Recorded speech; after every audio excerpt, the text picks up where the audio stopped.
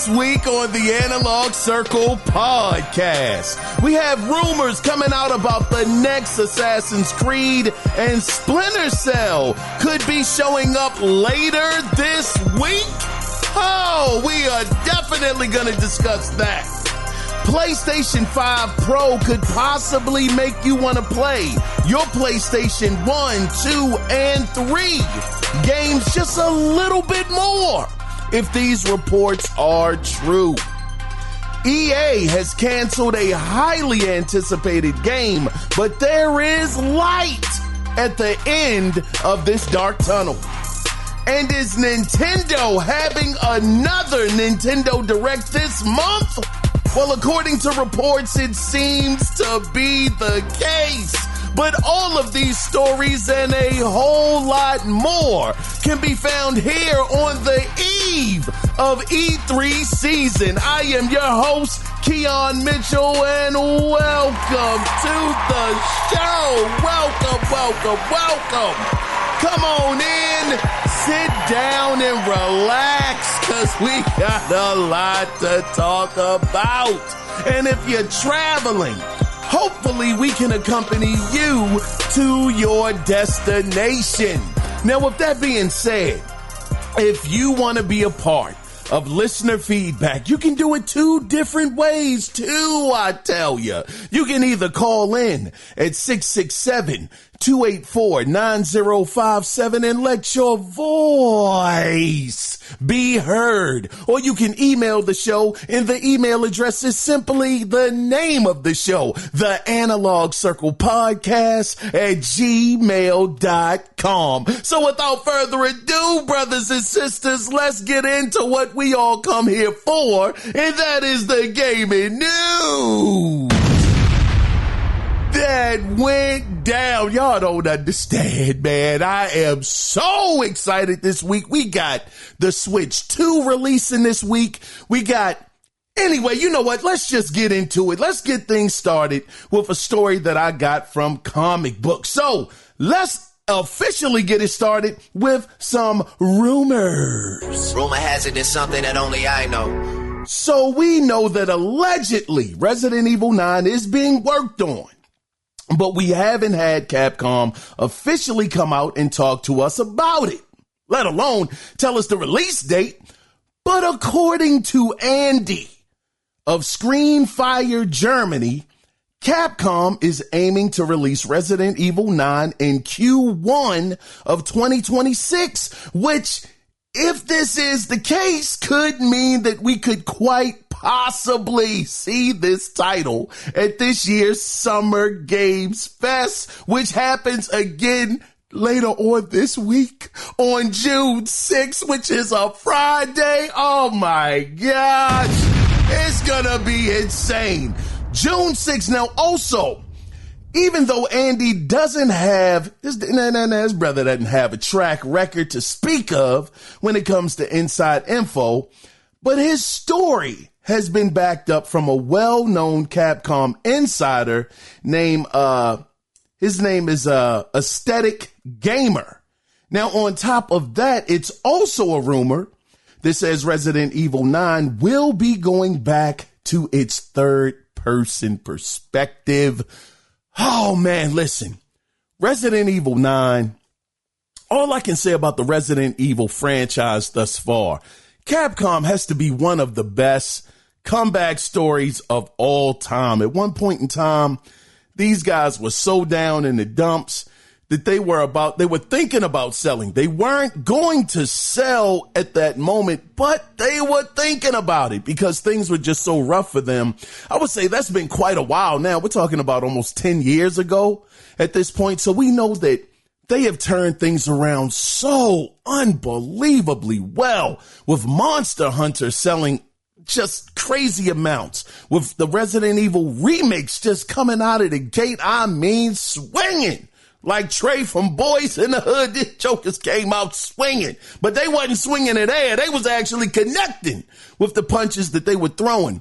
With Resident Evil 2 remake, Resident Evil 3 remake, we know that kind of was a little bit of hit and miss for some, but Resident Evil 4 remake, oh my gosh, That was sensational. Now, I have the game. I have played it. Have I beat it? No, not yet, because I haven't officially opened it yet. I only played the demo, but I was so happy with the demo, I went and bought the game. So I'm just thinking of the track record that they have. Resident Evil 8, not being one that I picked up because it was in that first person perspective, wasn't really for me, but it got glowing reviews. Excellent game, according to people that reviewed it. Resident Evil, did I say Resident Evil 8? I meant to say Resident Evil 7. Then Resident Evil 8 just came out not too long ago. Got pretty good reviews on that as well. So we see that Capcom has a great track record. It's solid right now. So when I hear Resident Evil 9 and it's going back to its third person perspective, not necessarily its roots, because it didn't start like that. It was actually all kind of different angles that the original Resident Evil was shot in. So I'm not going to say it's going back to its roots, but it's going back to where I want to see it go back to, which is that third person over the shoulder. Now, again, they didn't say it was over the shoulder. They just said third person, but I'm taking it that it's going to be over the shoulder. Just thinking about how most third person or third person perspective games actually work. So we'll see what happens with this. I mean, look, listen, I'm jumping a little ahead. I'm going to be a little unorthodox in this episode, but I do know that Capcom, they are going to be on Summer Game Fest's stage. The Summer Games Fest stage, they will be there. So that just gives just a little bit more credence. Now, me personally, if you're asking me what I want to see from Capcom, I want to see another DMC. That DMC, Devil May Cry 5, that was the first DMC I have played from Capcom. I mean, front to back, through and through. And that game was amazing. Give me more of that. I just absolutely loved that game.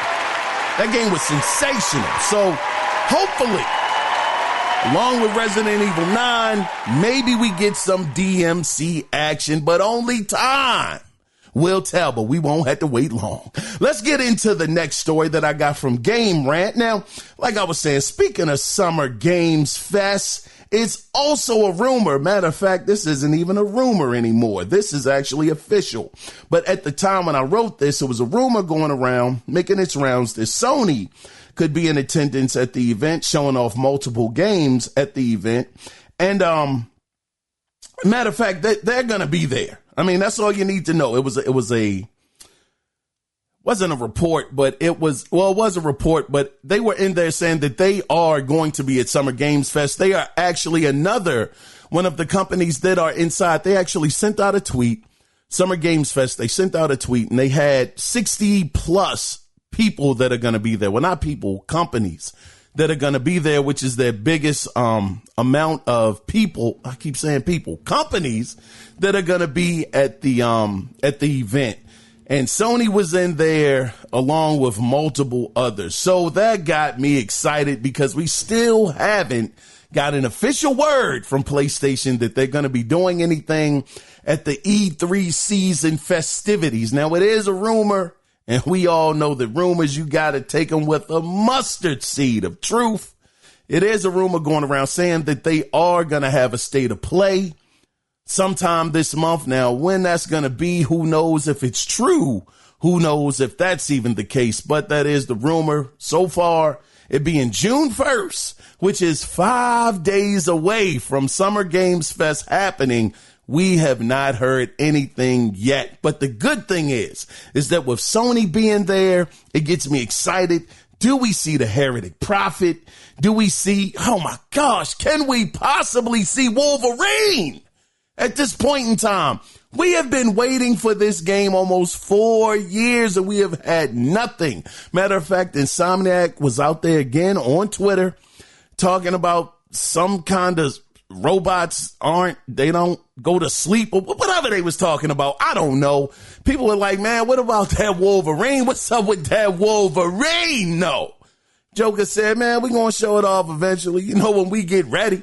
I'm like, dog, these jokers don't give a darn. But at the same time, they already came out And they already said that, look, it's not up to them when they show off, their different projects. They got to make sure that Sony actually checks off on them showing it off first, and then they'll be able to show it. So I feel like, man, almost 4 years in, it is time. Can we at least, even if it's not a gameplay we need that gameplay. Insomniac, we need that gameplay, brothers and sisters. We can't have another CG trailer. It's been almost 4 years. Show that off.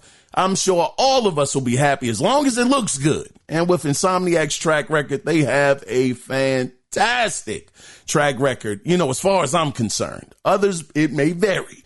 But along with them, Naughty Dog, like I said, they haven't shown anything off. Well, they haven't released anything new this whole generation. Of course, we know the Heretic Prophet is something they're working on. We know that Neil Druckmann, he said that he's excited to actually show it off. He wants gamers to see what they've been working on. Now, will that be there? Will we get gameplay of that game? Hey, man, I'm hoping so. I mean, like I tell y'all, man, when you hope for something, when you want something to happen, sometimes you kind of shut your eyes to what reality actually is in the hopes that what you're hoping will happen will actually happen. So we'll see if that's there. I think Death Stranding 2 is going to be there. We know that Jeff Keighley and Hideo Kojima, they got love for one another. And Kojima actually confirmed that he will be there at Summer Games Fest showing off Death Stranding 2. Like I said, I think we talked about this before. I'm hoping that he shows off action. I don't want to see this brother walking around with a backpack, FedEx on foot type of situation. I need to see this dude in some real gun battles. I need to see some action happening. I mean, along with the amazing graphics and all of that good stuff. I need all of it. I need every single thing that Kojima can show as far as the action goes to just grip me a little bit more. Let me see some of the natural disasters that are happening. Some of these earthquakes or rocks actually falling off the side of the mountain that you're climbing up. I just want to see some cool stuff happening to make me want to pick up the game that much more. So I'm sure we'll get quite a bit of that. We know that when Kojima's on the stage with Jeff, Kojima gonna get 2 hours to show off everything that he wants to show. It's like this brother don't have a time limit. But we'll see what happens with this. Along with Sony actually, Ghost, I don't think Ghost is gonna be there. I just got a feeling Ghost is not gonna be there because we've seen gameplay. Maybe not full-fledged gameplay, a little bit of CG mixed in with the gameplay. I don't know if they show that off, but I'm hoping that they show some new IPs, something that we weren't expecting. I mean, listen, Days Gone 2 would be sensational. Hold on. You know what? I'm going to pause on that for a minute. I'm going to get through this story first. But anyway, I'm going to wrap this up. We'll see what happens. Like I said, this week, it's going to be a lot of gaming news. Is going to be dropped, later on this week. And it's going to be marvelous. I'm in the hopes that it's going to be a fantastic show. Now, Jeff has had some duds back. Oh, my gosh. Man, not even back in the day, a couple of shows ago, I think it might have been last year. Man, that show that he put on, brothers and sisters, Jesus Christ. Whoo! It was a slug fest. Getting through that show was horrible. So, Jeff, I'm hoping that with all of these partners that you got there this year, hopefully you will not drop the ball, but we shall see. Let's get on into the next story. This is coming by way of comic book. So, again, hey, we got to go back to it. Let's get into some more Nintendo rumors. Rumor has it there's something that only I know. So according to leaker PH Brazil, a Nintendo Direct will take place during the launch week of the Nintendo Switch 2, which is this week. Or, he said, the week after. Now, this could make sense, or actually it would make sense, because this could be an opportunity for Nintendo to put release dates on certain titles that don't have one and show off new footage of games coming. And let's not forget, You know, like I said before, June is E3 season. So what better time to make these things happen? And who knows? Now, of course, we know Donkey Kong is out there. He has the 3D platformer. He's pretty much the 3D platformer lead for the Nintendo Switch 2, but we can't act like we are not looking forward to another 3D Mario. What an amazing time, because we know how long we had to wait for Metroid. Oh my goodness, Metroid Prime 4 is just getting doggone footage. 50 years later, we're finally getting footage of Metroid Prime 4.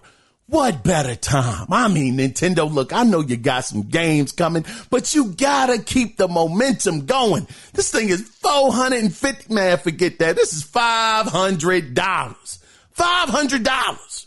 You got to sell this thing. Now, am I convinced that I'm going to be getting a Nintendo Switch 2? Not anytime soon. I don't think so. And of course, I know that Nintendo, depending on how those sales go, they are not going to drop the price of this console. I already know. But I would say this. If you were to show off a 3D Mario, oh my gosh, that would be amazing. And I just grew a whole different, how can I say it, man? I just grew a whole different respect for what Nintendo does. When I played Mario Odyssey, oh my goodness, playing through that game, getting to the end of the game, what happened at the end of the game, the different events, I mean, it was like Disney magic, god dog. Amazing.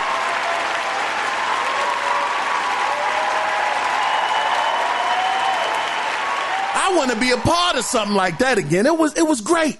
So we'll see if this actually ends up being true. Again, this is E3 season. It has officially started. We're in June.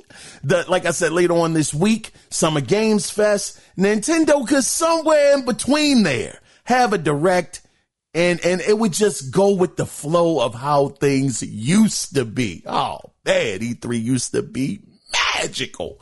Anyway, let's go ahead and let's get into this PlayStation Lifestyles story. So we all know the Gears of War Reloaded will be available on August 26th. I can't wait for that day. But according to a Reddit user, a beta listing for Gears of War Reloaded has been seen on Steam DB. Now, to be fair, I mean, just to calm it down just a little bit to try to put things in perspective, it is for PC. But since the game is including multiplayer, I'm sure they're going to want to test this on all platforms that the game is releasing on. So whether or not this will be a closed beta or open beta, only time will tell as far as that goes. Now, oh, by the way, it's rumors that Sony that say that this will be a shadow drop, the beta, during the Xbox showcase for Xbox users, and PlayStation users will have to wait until August to play the title. Now, if this is true, if they are going to shadow drop the multiplayer beta for Gears of War Reloaded for their Xbox users, and PlayStation users like myself have to wait until the release date of August 26th. If you do that, Microsoft, I would be so happy. Round of applause, doggone it. I hope it's true. I really hope that this is true, because sometimes I look over there on the Xbox side and I'm like, oh gosh, Joker's getting treated bad over there. But I gotta say, y'all got the games right now. Oh my gosh. Y'all got the games clicking. Now, granted, some of these games, they are coming out on PlayStation. I'm not trying to blow this thing out of proportion. Like, all of these games are just going to Xbox and nowhere else. But it is impressive that the first party is actually releasing these titles at the clip that they are. That's the impressive part. Darn it, being on PlayStation 5 is first party over on Xbox. That is the most impressive part about it. And then you look over on PlayStation side, what we got coming. I ain't gonna say it's donuts, but man, it's been a bit of a dry desert out here to a certain degree when it comes to PlayStation first party titles. But when you look over there on Microsoft's side at the Xbox, man, these jokers are out here performing like doggone Jordan in like 95 or 96. You know, it's absolutely incredible, the output that they're able to do. So, of course, we'll have to see if this actually ends up being true. Nobody knows if it's going to take place on console. But again, if they do that as a shadow drop at the Xbox showcase, which is going to be on Sunday, later on this week, literally 7 days from now, they're going to be having this show. Oh man, I'm just really excited. I can't wait. I hope this is true.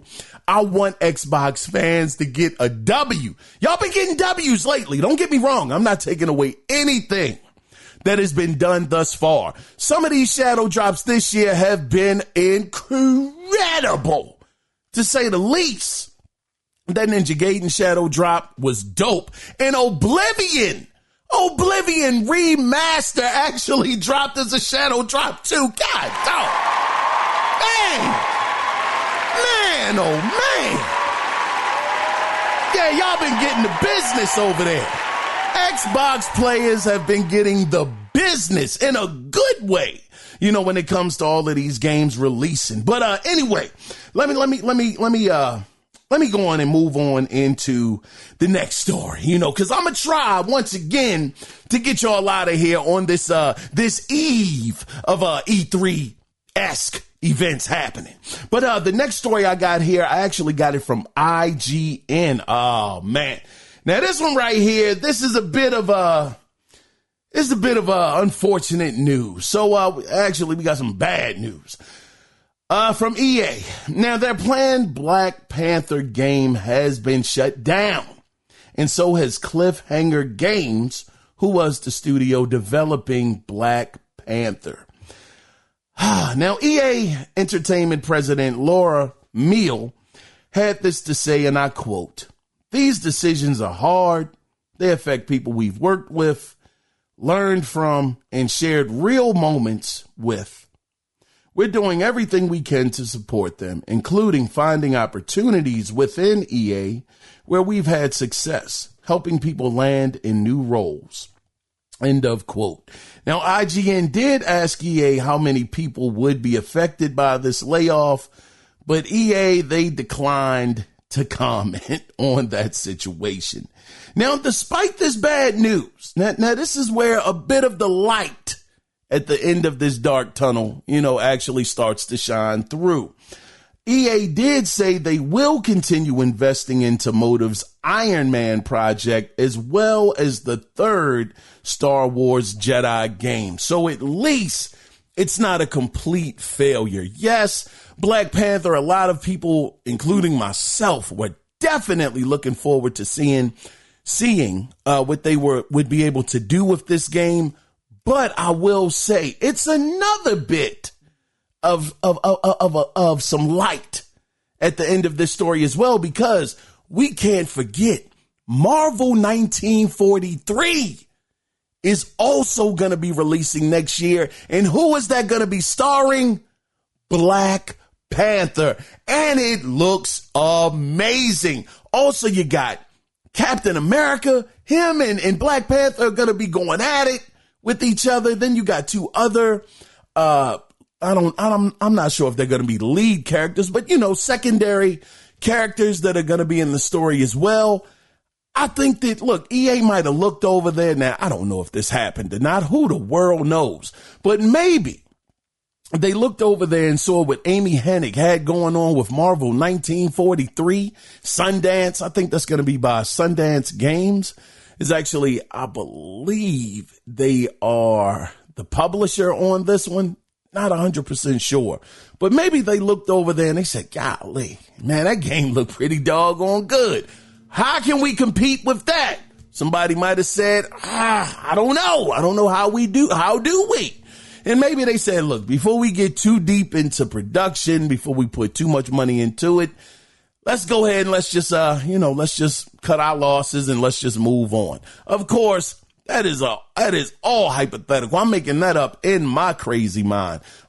Probably in reality, it's possible that they just didn't have a budget. Things weren't working out. They didn't see things progressing as fast as they would have liked for them to. And they just said, let's just pull the plug, because to be fair, now I don't know. I got to tell you, I'm not too sure about this developer. Has anybody heard of Cliffhanger Games? You know what, man? Let's see what we can find on them just real quick, just to see if this could have been an amazing game. What games have Cliffhanger Games worked on?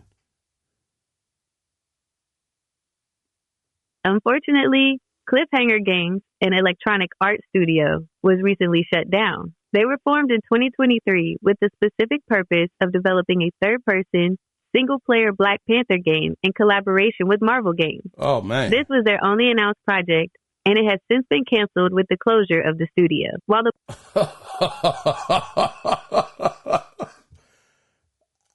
I don't know, man. I don't know, man. We might have dodged the bullet, brothers and sisters. I don't know. Now again, granted, hold on. Let me slow down a little bit. Let me slow down. In no way am I saying that people should have lost their jobs. It's really, really tough out here. I want to really take that fully back, and, just, slow down a little bit.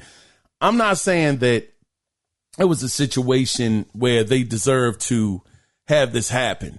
Definitely not. But with no track record and them being formed back in 2023 for the sole purpose of making this Black Panther game, man, I don't know. Like I said, maybe EA saw the progress, saw what was going on, and things just were not clicking. Of course, we'll never know, but just know that, unfortunately, Black Panther from EA has been canceled, but Black Panther will be in Marvel 1943, and it looks phenomenal. That's coming, and we also have Iron Man coming in a third Star Wars Jedi game. Let's go ahead. Man, you know what, brother? Before I get myself into any more hot water, let's get the heck on up out of this story. Let's move on to the next one, God dog. Woo! Got the boogie on down the road. Get away from that one as far as possible. Let's get on into this story that I got from DLC Compare. Now, for people that are big Stellar Blade fans, like myself, Stellar Blade. Yeah. Anyway, let me stop playing with y'all, man. Get into this story. Now, people that are Stellar Blade fans, we got some good news to look forward to. So during a recent corporate presentation, future plans were discussed where the company revealed, which is of course Shift Up, multiple projects that are in the works, including a new IP codenamed, and I quote, Project Witches. Ooh, end of quote. Man, could we be getting something like maybe a Witcher kind of situation going on, a little dark? A little bit of magic. I don't know. It sounds interesting, but that's going to be one of their projects, Project Witches, and the future of the Stellar Blade franchise that includes an expansion and this is the most important part, and a full sequel. We are getting a Stellar Blade 2. Now, that's not the best part. That's not the best part of the news. Not only are we getting a full sequel, it has a target release window set before, man, I'm about to choke. Oh, man, pardon me, God dog, I got choked up for real on this one. It is set to release before 2027, which means we're talking, what about no more than, that ain't even 2 years. How about give or take a little, let's just say 2 years. In 2 or less years, we will be having, or we'll have, a Stellar Blade sequel, which means, golly, in best case scenario, this game could release as early as next year, 2026. Now, of course, I know that I might be going off on the deep end. I might be bugging a little bit on that one, but I'm just saying that it could be a situation where this game could be 2 or less years away. And if you have played Stellar Blade, oh man, and I have it upstairs and it's still in the wrapper. It's still in the wrapper. I understand. I haven't opened it up. It's still in the wrapper, but this man. Oh man. God, dog. Wait a minute. Like I've said, man, let me explain myself before you boo me off the stage. Wait a minute. The only reason why I haven't opened it up yet is, of course, it sounds like a broken record at this point in time, but I got a back catalog. Matter of fact, speaking of the back catalog, well, wait a minute. I got you on that. Hold on. Let me finish this up real quick. So yeah, it could be coming out as early as 2026. Stellar Blade was beautiful. Gameplay was like, oh man, y'all know me, man. I just love graphics, brother. If you look pretty, oh man, I'm so shallow when it comes to that sometimes. But if you look good, oh my goodness, that's like almost half the battle for me. If you look like you got something going on, Unreal Engine 5, oh man, I'm gonna hold your hand. Say it's nice to meet you. Good grief. That's where I'm at. So if you look good, man, you got my attention. And Stellar Blade, now granted, we know what's going on with that game. I'm not going to say that was the attraction, what they had going on with the main character, but it was really the graphics, man. And then playing that demo, good gracious. Man, that thing is nice. That thing is real nice, man. So I'm looking forward to seeing what these guys are going to be able to do over there at Shift Up. They've made a great first impression. The game is released on PC now. They got it over there. So hopefully they'll be able to get the sales numbers up. I was really let down by how the PlayStation fan base actually supported that game. I think that game just barely sold over 1 million copies.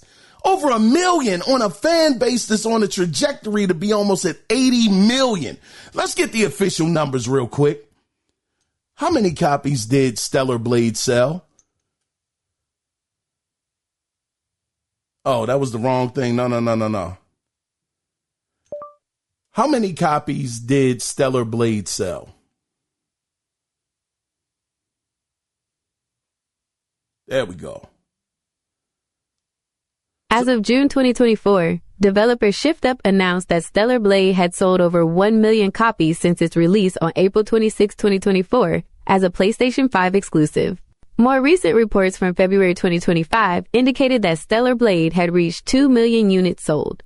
Shift Up also has plans for a PC version, and they anticipate that the PC sales will eventually surpass those of the PlayStation 5 version, especially in the Asian market. As of June 2024.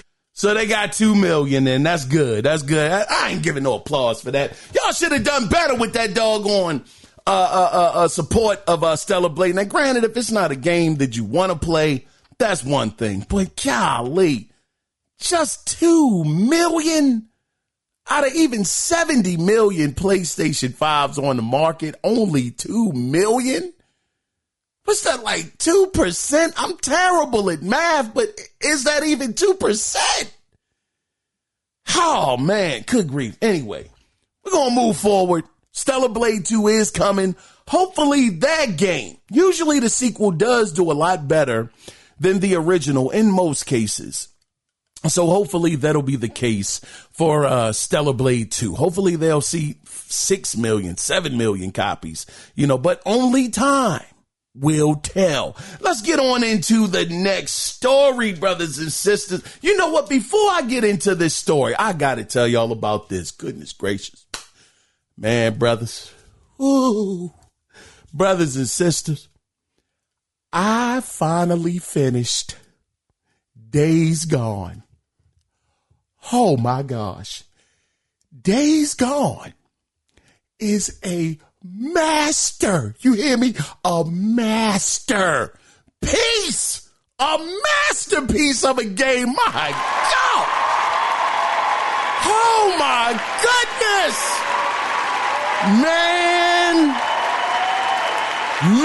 Oh man, I gotta just take just a minute or two to talk about this game. Now, granted, now y'all know I got the remastered version. Oh, shucks. Oh man, I got to tell you, that first couple of hours was a slog, though. It was terrible. It was rough. It was rough in the beginning. And I'm never an advocate to tell anybody that, listen, man, it gets better later. You got to just wait 4 or 5 hours. All of a sudden, it opens up and it's great. I'm never going to tell a person to do that. Because I don't want somebody telling me, man, it gets better 30 hours later. Starfield and all that other stuff. Man, you are bugging. I got better things to do with my time. But I will say,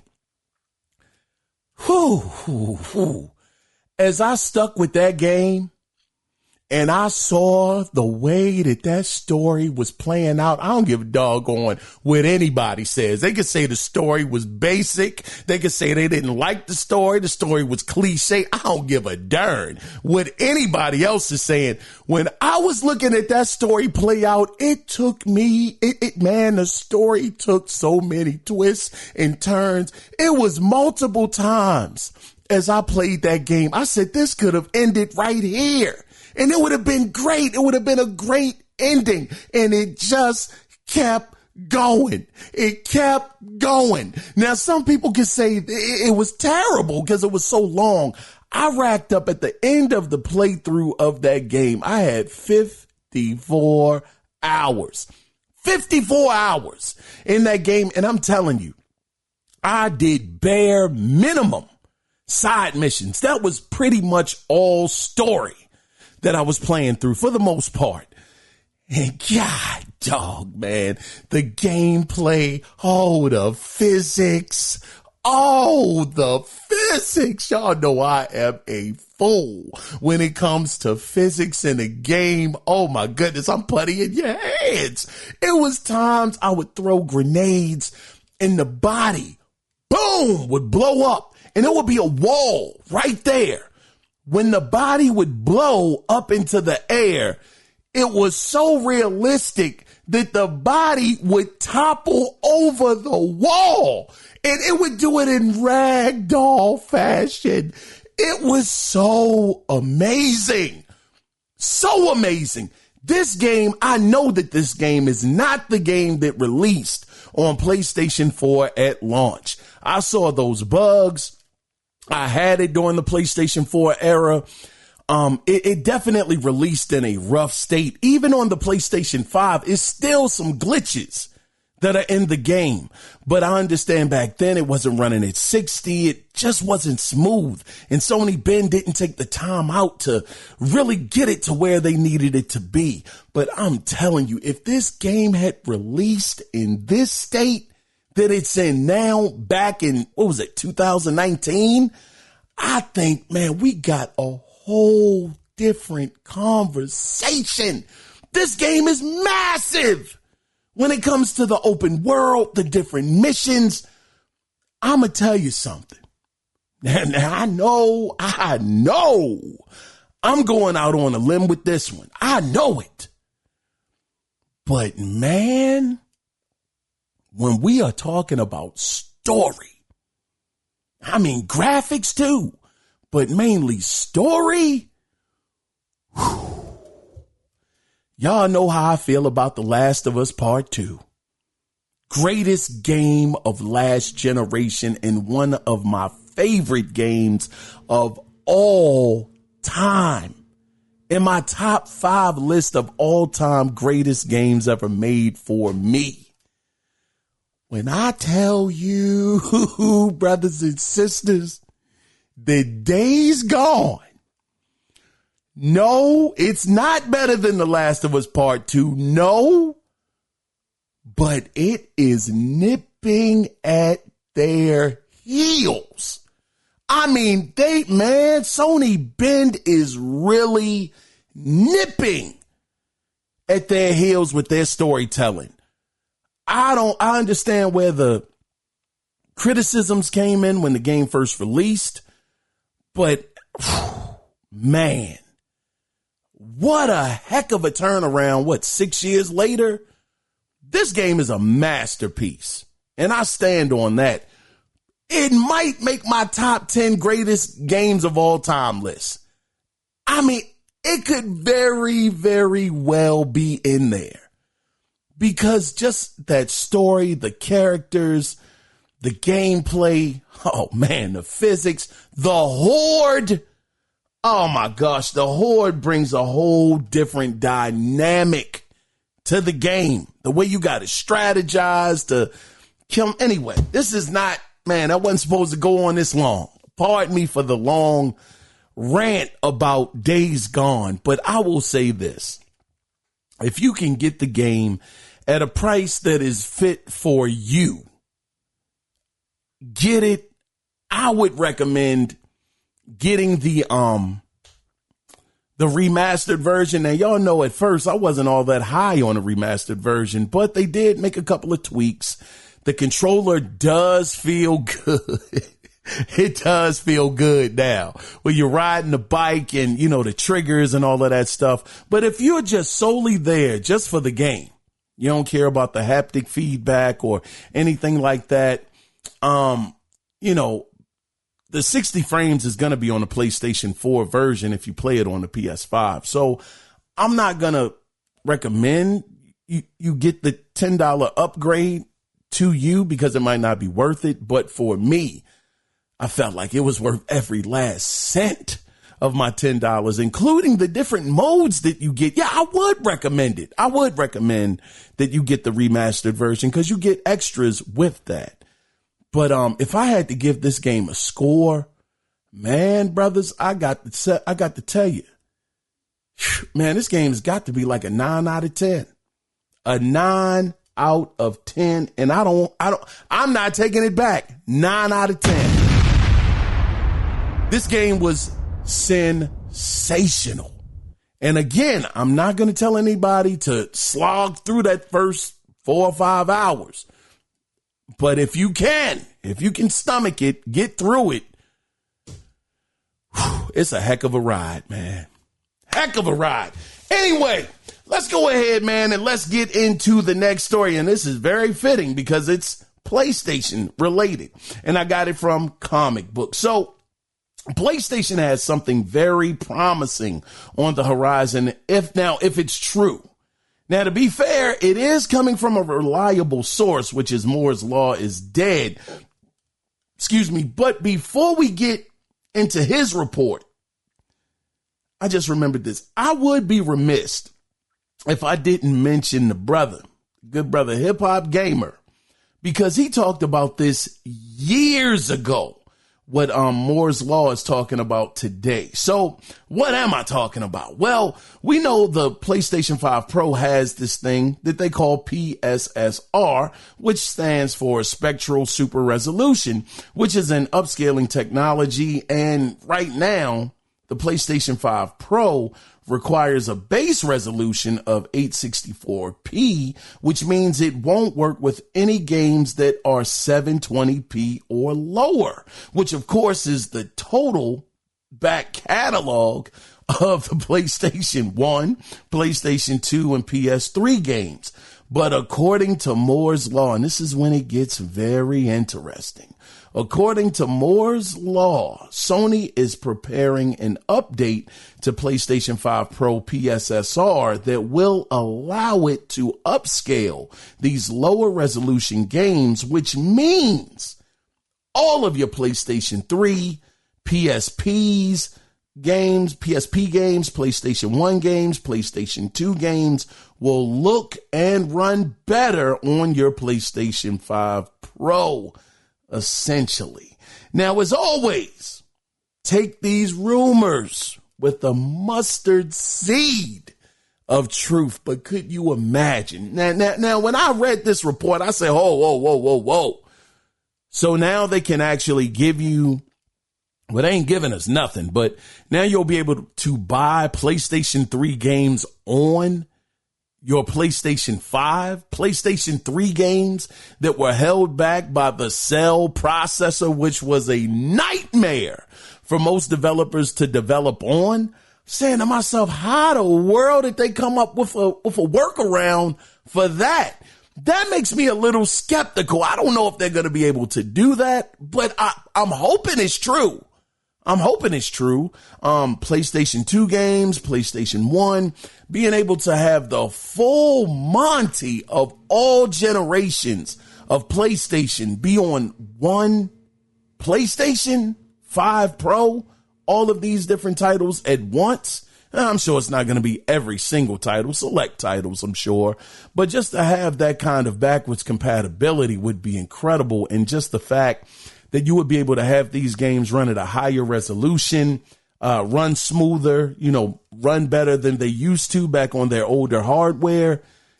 That would be dope. Now, am I personally going to go back to PlayStation 3, PlayStation 2 and 1 and PSP?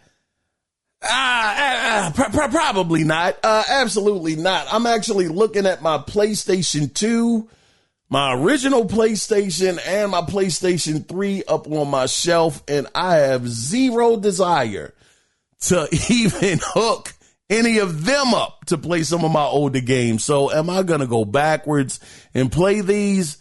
Nah, I can't imagine. But I will say that for those retro gamers out there that are into that, that is a great that's extra great value that you're adding to your console. And with it being only on the PlayStation 5 Pro, that could give some, if this is true again, more of an incentive to go out and pick up this console. It wouldn't be an incentive for me. Only thing they got to do for me to get a PlayStation 5 Pro is include a disk drive. I'm not going out and buying a separate disk drive for your console. Include it in the box. If they were to do that and it was $700, I would have probably had one by now. But just based on GP alone and me wanting my option of having physical games, I refuse to give Sony $700 for the PlayStation 5 Pro, even though at times it sure seems like it is worth the money. Let's go ahead though, guys, and let's get into the next story that I got from Eurogamer. So, this one is interesting. So, are any of you familiar with the game called Mind's Eye? Have y'all seen this, or are y'all familiar with it? I can tell y'all it was at PlayStation's last State of Play event, which was actually not bad. Wasn't great, wasn't bad, kind of in the middle. But they showed this game off called Mind's Eye. Now, if you're not familiar with it, it's actually being developed by Build a Rocket Boy. And what makes this studio so interesting is it's being developed by Leslie Benzies, who was a former GTA producer over at Rockstar. I believe he worked on GTA 5, 4, 3.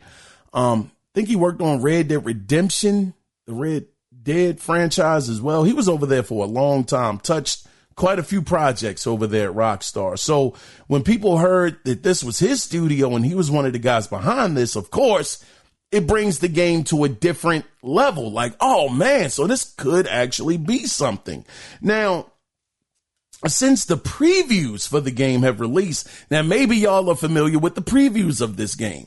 It has been met, man. I've seen some of the previews of this game and it has been met with very negative comments about the build, having multiple bugs and enemy encounters that, quote, lacked depth, end of quote. But according to Build a Rocket Boy's CEO, or should I say co-CEO, he knows exactly why this is happening, why all of these bad previews are coming out, why people have so many bad things to say about the game. He knows exactly why.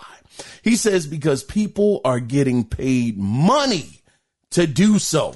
He believes that people that have been invited to see this game have been getting money to actually say that the game is not that great. What did he say? He said, he's tired of this. So these are his actual words. Now, his name by the way, the co-CEO, his name is Mark Garrett. Now, he was asked if he believed, quote, all the people who reacted negatively were financed by someone, end of quote, to which he answered, quote, 100%, end of quote. Now, we also added it, quote, doesn't take much to guess who, end of quote. Kind of foreshadowing a little bit that could it be Rockstar or Take-Two that's actually paying people off to actually have bad thoughts about the game, giving it bad press, bad previews, kind of taking away a bit of the luster of the game. And to me, this sounds kind of crazy. Like, this is Rockstar. I don't think they would do this. And again, granted, he did not. I repeat, this is me saying he could have been Rockstar. He never said who he thought it was. But he also said this. He said, quote, I just said that there is a concerted effort by some people that don't want to see Leslie or Build a Rocket Boy to be successful, that are making a concerted effort to trash the game and the studio. It's pretty easy to see the bots and the repeated replies to any content that we put out. End of quote. I want to know y'all thoughts on this. I really do. During the question of the week, of course, I'm going to ask it. I know it's up and y'all saw it, but I want to know this. In certain cases, do you believe that there are some companies that get, even though they're not technically blackballed, but they get blackballed treatment? Like they pay people to actually drag their product or drag their game through the mud, give it bad reviews, not give it its just due, not give it a fair try, just do everything they can to sabotage the game before it actually comes out. Because I will say I've had thoughts that maybe this kind of stuff could happen because it happens in every industry. Whenever there's competition anywhere, it's cutthroat. Business itself is a cutthroat game. And what was it, years ago when electric was discovered? Man, hold on. I'm getting it all wrong. I'm trying to remember the story. Basically, back then you had candles, you had candlelight and you had electricity. One of the guys, oh man, Benjamin Frank, it wasn't Benjamin Franklin. It was somebody else. Basically, man, he tried to sabotage electricity. Man, what is the story? Hold on. Man, since I can't remember, I'm sure y'all know the story, but I don't want to sound too crazy out here. Let me see if I can ask. Who tried to sabotage electricity when it was first introduced to the world? No, that's not true at all. As an AI, I don't. No, hold on. Who tried to sabotage electricity in the beginning?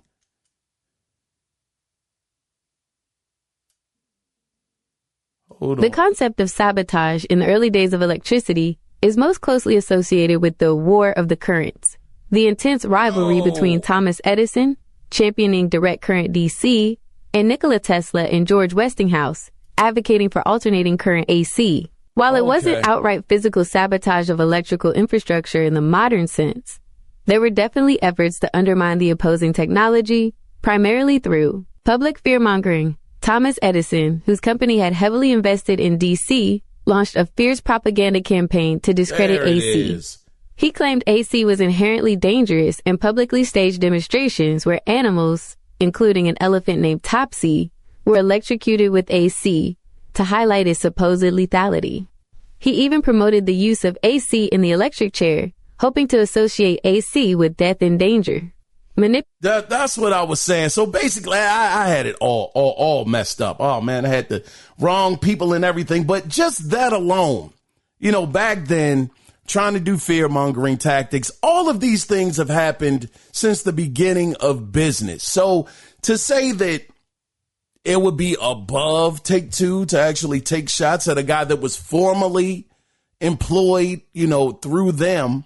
And I'm not sure quite how that breakup happened. I don't know if it was a good breakup or if it was a bit of animosity in the air. I forgot exactly how all of the details actually came out in the wash. I do know that there were some disgruntled employees once they left Rockstar, but I can't say that it was Leslie per se. But I'm just simply saying that these things happen.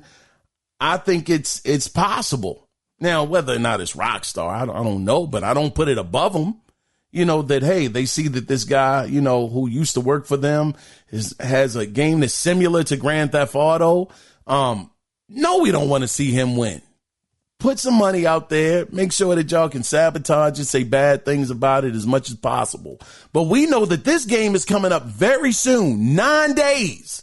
This game is going to be releasing, and we will be able to be the judge of it ultimately. But I am interested to know, do you think that some of these companies actually sabotage other games before they come out to try and make it so they're not as much of a threat to their game when it releases? Just curious to know. I've never, really heard of anything like this in the gaming industry too much.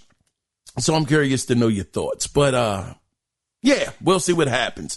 But let's get on into the next story that I got from IGN, from actually pertaining to CD Projekt Red. Now, they made a big announcement during their latest financial results where it was revealed, and I quote, they said several weeks ago, the CD Projekt Red team responsible for the next big game set in the Cyberpunk universe completed the project's conceptual phase. As a result, Cyberpunk 2, previously known under the codename Project Orion, has progressed to pre-production. End of quote. Man, it's officially being started on Cyberpunk 2. This is awesome news. Now, so right now, just giving a little bit more insight into this project, 96 out of CD Projekt Red, 730 devs are working on Cyberpunk 2 right now, but 422 of the staff are working on The Witcher 4. That's in full production, which is dope. But this project, now, even though I'm excited, I played Cyberpunk 2077 on the Xbox One. And I thought, yeah, that frame rate is tanking something serious. But this game is dope. Man, now of course, that was before I started playing at 60 frames per second. Oh, man. Yeah, I don't know how I would feel about 30 frames today. I might have become, I think I've officially become a 60 frames per second snob. I think I have crossed over because I tried to play Days Gone at 30 frames per second at, what was it, like 4K or, whatever higher resolution. Played about 30 seconds of it. Didn't take long at all. I said, nah, this is not worth it. Let's go back to that other resolution. Give me these 60 frames. Oh, it's so buttery smooth. I can't go back. I can't. So if I play Cyberpunk in that state, oh gosh, it would have been terrible. But anyway, just moving on from that, I'm very excited about this, big fan of the franchise. But the thing that I was trying to get to, that's right, is this project, like I said, even though I'm excited about it, it is nowhere close to being finished because CD Projekt Red CEO, his name is Michael Nowakowski. Hopefully I said his last name right. Nowakowski, pardon me, responded to a release window of 2030 to 2031, where Michael failed to rule that release window is not out of the question, where he said, and I quote, "Our journey from pre-production to final release takes 4 to 5 years on average." End of quote. So we did mention each project, just before anybody says, okay, 4 to 5 years, worst case scenario, 2030 is, when they should be releasing Cyberpunk 2. He did say that, each project is different, and he wouldn't get into specific years of when the project could actually release. But nonetheless, they've dropped the Project Orion, which it was codenamed under. They have said that now it is officially Cyberpunk 2, and that they're in the pre-production stage of the game. Matter of fact, just real quick, because I'm unfortunately not going to get y'all out of here in an hour, let's just see what the pre-production stage actually means for gaming. What is the pre-production stage for gaming? The pre-production stage in game development is the crucial initial phase where the game's core concept is solidified and all the foundational planning takes place before full-scale production begins. Think of it as creating a detailed blueprint and strategy before building a house. Here's a breakdown of what typically happens during pre-production. 1. Concept development and ideation. Brainstorming. This is where initial ideas for the game are generated. What's the genre? What's the unique selling proposition? What kind of experience do you want players to have? All right. So that's just a quick synopsis of what it is. So yeah, this is very early on. I'm basically coming up with what makes, what do they want us to experience? What are some initial ideas, for the game? What's the unique selling proposition? Of course, they don't have to go through that. Cyberpunk 2077 sold incredibly well. So much so I think the DLC even sold about 10 million copies of that alone. So just the fact that this is happening, let me see how long.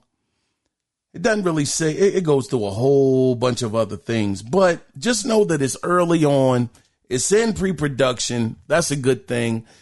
Expected around 2030 to 2031. Again, that's a long ways away, but hopefully during the journey, because we're going to definitely be way into PlayStation 6 territory by the time this releases, but hopefully during the journey of them getting to the finish line, hopefully we'll be able to see some gameplay along the way, some screenshots, some different story details or beats of where they're going to go with the game as a whole.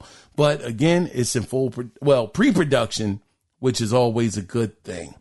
Let's go ahead though, guys, and let's get into the final story for this week. Is this the final story? Nah, it ain't the final story, darn.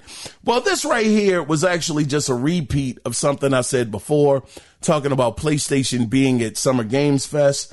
I had already said that, yeah, they're going to be there. I wrote this after the fact. I forgot I wrote that story down previously and wrote it down again. But one thing that I didn't include in that story earlier about PlayStation being at the event is some of the other partners that are going to be there, because I mentioned one, which was Capcom early on. They're going to be there, but outside of them, there's a couple of other notable mentions here. So CD Projekt Red is going to be there. Now, are they going to be showing off The Witcher 4? Some actual gameplay there? I don't know, but that's a big name. We just talked about them. Emu is going to be there. They're the ones that's behind. I know them as the people that made Streets of Rage. Was it Streets of Rage 4, which was so dope. I loved that game. Loved it so much, especially with the original music when it first comes on. I ain't gonna make a fool of myself, doggone it, but y'all know what I'm talking about. Anyway, Bandai Namco is gonna be there. IO Interactive is gonna be there. Could we see that James Bond game finally, that has been years in the making? Now, this company right here, y'all might not know who they are, but if they show the game off, that I'm hoping they do, you're gonna know them. Their name is Neki. It's spelled Nekki. Neki, I don't think it's Nikki. I'm gonna just say Neki. Pardon me if I said it incorrectly, but they have this game that is coming out. I am hoping that this game releases soon. It is called Spine, Spine. This is the team that is behind this game. They call it Gun Fu. Gun Fu. This chick has these dual weapons. I mean, she's firing like Max Payne out here.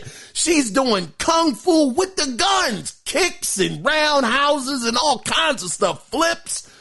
This game looks so good. So if this game is going to be there, I'm telling you, I don't hit it out the park every time with some games that I'm excited about.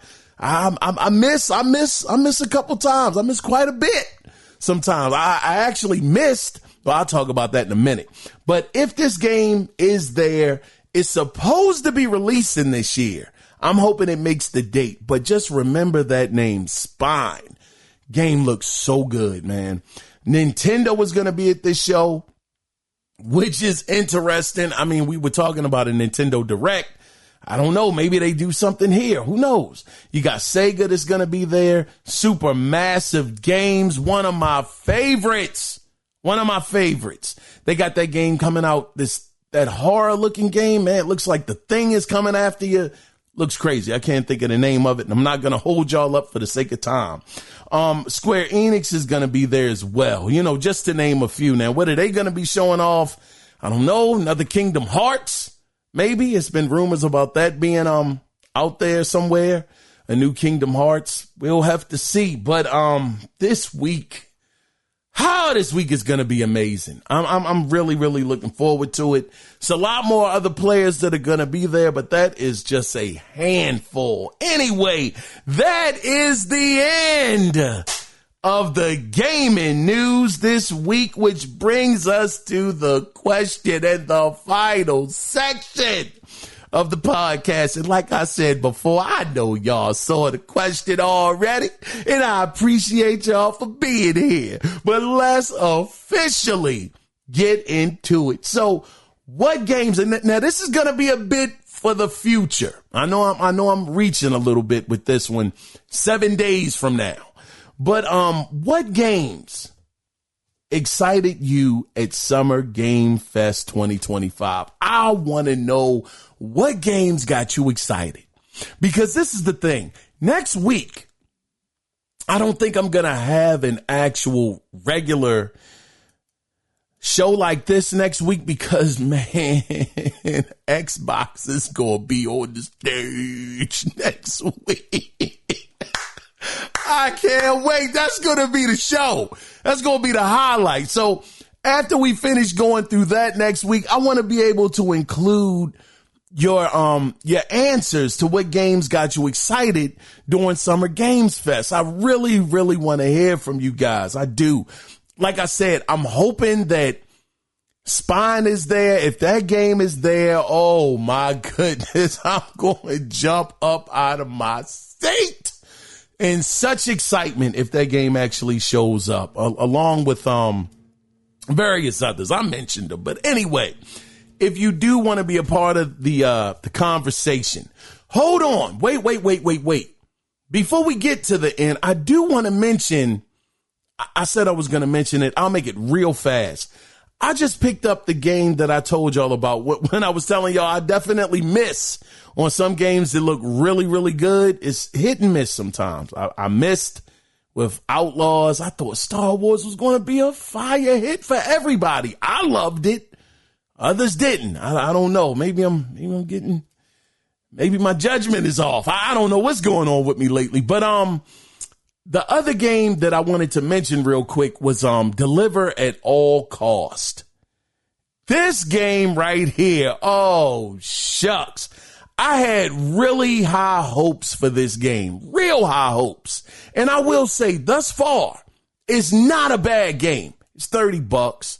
It has a comparable story so far. Nothing that's going to take you into the deep end or anything, at least what it seems like right now. Excuse me. It seems like a decent game. The only thing that I have a problem with the game, and graphics are good, man, the destructibility, running through these buildings like they had advertised it to be, it is chef's kiss. Amazing. absolutely amazing. Everything is destructible in this game. My only knock against the game right now is the steering of your truck. It gets a little wonky at times. I'm still trying to figure out the controls. I'm maybe about an hour or so into it. Trying to get those controls together has been a bit of a struggle. So I would say right now, an hour in, I'm not going to give it a score. I'm just still getting used to the mechanics and things that you got to do in the world. But it's not a bad game. $30, even right now, being just an hour, maybe a little over an hour in, I don't feel like it was a waste of my money. But if it's something you're interested in, YouTube it first. Check it out, see if it's a game you'd be interested in. But for me, $30, it's been worth it so far. But anyway, with that being said, now we are finished, but before we officially wrap this thing up and put a bow on it during E3 season week, always remember one thing. It is not about the consoles. It is about the games. And we will definitely be back on Sunday because that is the big show. Can Microsoft do it two-peat? Can they do it two-peat? Oh, man, only time will tell. We shall see. But with that being said, before we officially get out of here, take care. Be safe out there. Bye-bye.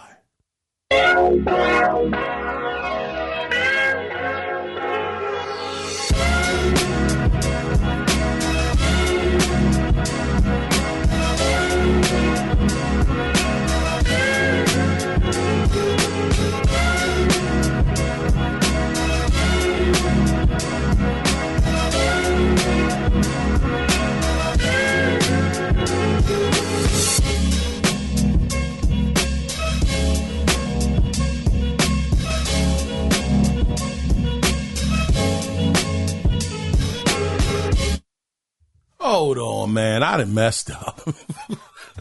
I have messed up. Move this man. We ain't done yet. I got two more stories to go over with y'all. Doggone. If I hadn't led with these two stories, I would have just let it slide. But wait a minute. Hold on. We got to get into these. So I got this next story from PC Games In. I'm going to make this fast.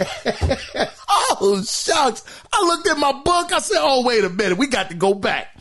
So a lot of us have been waiting for Ubisoft to bring back Sam Fisher for years. And for quite some time, Splinter Cell has been teased, but nothing ever seems to materialize. And maybe this next story will lead to false hope, but Ubisoft did post an image of Sam Fisher with a hashtag that said, quote, Splinter Cell, end of quote, with looking eyes. Now, I don't know what Ubisoft is going to do. Oh, man, I really don't know. But the timing is interesting because this week, like I said before, is the biggest week for gaming news. But they also never announced the Ubisoft Forward 2025 event, and they're not even going to be at Summer Games Fest.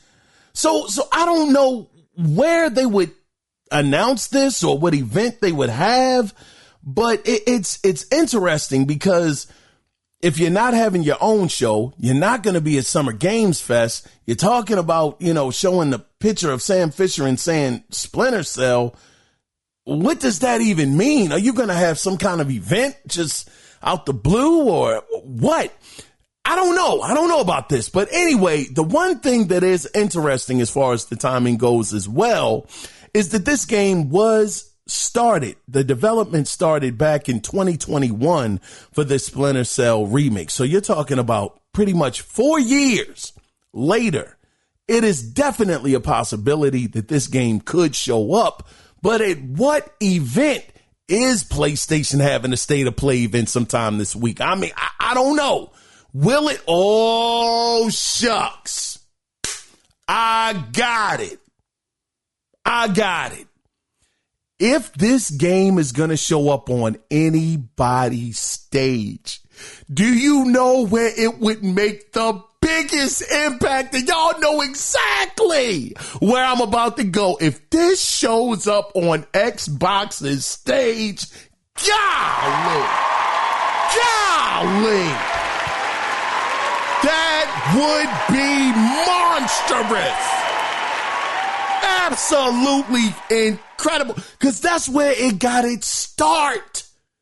That's where Splinter Cell got its start. And if this is the remake to the original, oh man, that would be dope. We'll see. I'm not trying to give false hope here, but with them coming out there having that tweet and talking about Sam Fisher's face and all of that stuff, I'm hoping this is true. I would love for that to be the case. That would already bump the show up 3 points if Sam Fisher showed up on their stage at the Xbox showcase. That would already give you 3 points out the gate. You hear that? Y'all know what I'm saying. I made a fool of myself. Y'all know the sound that the goggles make. If they were to do that on the Xbox stage, oh my gosh, man, that would be insanity. Let's go ahead, though, and let's get into the final story. Now, this is the last one, and I'm about to get out y'all hair with this one. But I got this one from Comic Book, and we're going to stick with Ubisoft for just a little bit longer. So we got some more rumors. Rumor has it there's something that only I know.